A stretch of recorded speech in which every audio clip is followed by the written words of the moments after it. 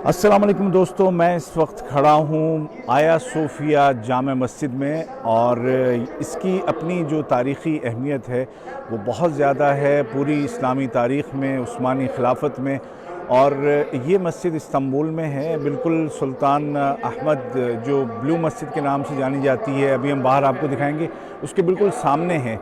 इसकी तामीर सन 537 ईस्वी में हुई थी, यानी कि बहुत ही कदीम इमारत है ये। और यहाँ पर मुख्तलिफ़ अदवार में मुख्तलिफ़ लोग यहाँ पे मुख्तलिफ़ मज़ाहिब के मानने वाले रहे हैं।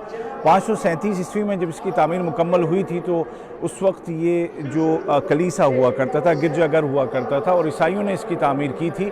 और अपने ज़माने की ये सबसे बड़ी इमारत थी जहाँ एक साथ से बड़ी तादाद में लोग इबादत कर सकते थे।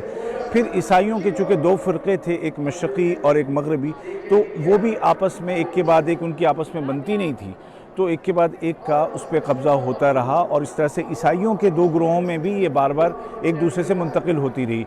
फिर ज़माना आता है इस्लामी फतूहात का, और जब कुस्तुनतुनिया फ़तह हुआ, यानी कि इस्तांबुल, सुल्तान मोहम्मद अल फ़ातेह ने जब इसको फ़तह किया 1453 ईस्वी में, तो उसके बाद यहाँ पर पहुँचने के बाद ईसाइयों ने इस गिरजाघर में उस वक्त के पनाह ली थी। और उनका ये अक़ीदा था कि फ़रिश्ते हमारी मदद को आएंगे, लेकिन आखिर तक जब कोई फ़रिश्ता मदद को नहीं पहुँचा और सुल्तान दरवाज़े तक पहुँच गए और अंदर आ गए, तो उसके बाद यहाँ पर जब ये हुआ कि मुसलमान लश्कर साथ में था और ये था कि अब इबादत के लिए और जुमे के लिए बाकायदा एक जगह की ज़रूरत है, तो सुल्तान ने अपने माल ख़ास से जो कलीसा के राहिब उस वक्त मौजूद थे, इस कलीसा के मुतवल्ली, उनसे इस इमारत को ख़रीदा।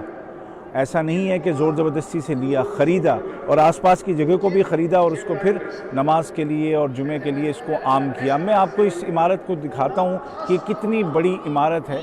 यूँ आप मेरे साथ देखिए, सामने महराब की समत से जहाँ पर ये अल्लाह मोहम्मद लिखा है, और उसके बग़ल में हज़रत अबू बकर, हज़रत उमर के नाम हैं। फिर इस तरफ हज़रत अली हैं, हसन हुसैन हैं, हसन हैं, और ये उस्मान हैं। इमारत अगर आप इसकी ऊंचाई देखें तो ये 73 बल्कि इससे भी ज़्यादा ये ऊंची इमारत है। अपने ज़माने की बहुत बड़ी एक ही इमारत है। इसके जो सुतून हैं, इसके अंदर जो पिलर्स हैं, उनकी तादाद तकरीबन 170 से ज़्यादा सुतून हैं इसके अंदर सिर्फ। और बहुत बड़ा ये एक ही गुम्बद है जिसके फिर आधे दो हिस्से दोनों सिमत में नज़र आते हैं।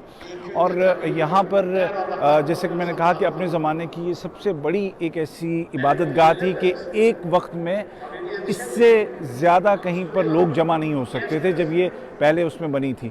तो 1453 से लेकर के फिर तकरीबन पौने 500 साल तक ये मस्जिद ही रही।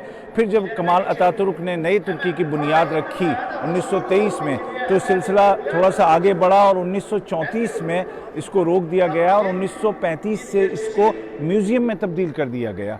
और 1935 से लेकर के 2020 तक ये म्यूज़ियम ही रहा। फिर जो इस वक्त तुर्की के जो सदर हैं मौजूदा, रजब तैयब अर्दोगान, उन्होंने ये हुक्मनामा जारी किया कि इसको दोबारा मस्जिद में तब्दील किया जाए। तो फिर ये जो म्यूज़ियम की शक्ल जो थी इसकी, उसको ख़त्म करके दोबारा इसको मस्जिद में तब्दील किया गया। और आप देख सकते हैं कि ये जो ऊपर के जो इलाके हैं, मतलब जगह है, मैं हर बात पे इलाका कह देता हूँ, जो ऊपर की जो मंजिल है ये गैलरीज़ होती थी जो म्यूज़ियम की, और उससे पहले यहाँ पे नमाज़ होती थी। आज भी यहाँ पे नमाज़ होती है और बड़ी तादाद में यहाँ पे लोग आते हैं देखने के लिए भी और नमाज़ें पढ़ने के लिए भी। आइए, आप इतने बड़ी तादाद में लोगों को देख रहे हैं, ये सब टूरिस्ट हैं हमारी तरह, और ये दुनिया के मुख्तलिफ़ मुल्कों से आए हुए हैं, यहाँ पर मौजूद हैं।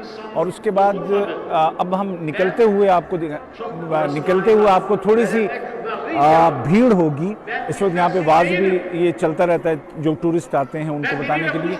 तो हमें अपने जूते वगैरह बाहर लॉकर में रख के आने होते हैं। और लिबास ख़वातीन के लिए ज़रूरी है, मर्दों के लिए भी ज़रूरी है कि वो इस मतलब ये है कि बेपर्द ना हो, शॉर्ट्स में नहीं आने देते, स्कार्फ होना चाहिए ख़वातीन का, और कोई टिकट नहीं है, कुछ नहीं है। बाहर से बहुत खुला इलाका है, जो कि आप इंटरनेट पे भी अगर आप इसको थोड़ा सा एक्सप्लोर करेंगे तो आपको वो उसकी जो तस्वीरें हैं और उसका जो पूरा जो एरिया है वो आपको नज़र आ जाएगा। ये सुल्तान अहमद ख़ान की मस्जिद या उनके मकबरे के बिल्कुल सामने ये आया सोफिया है।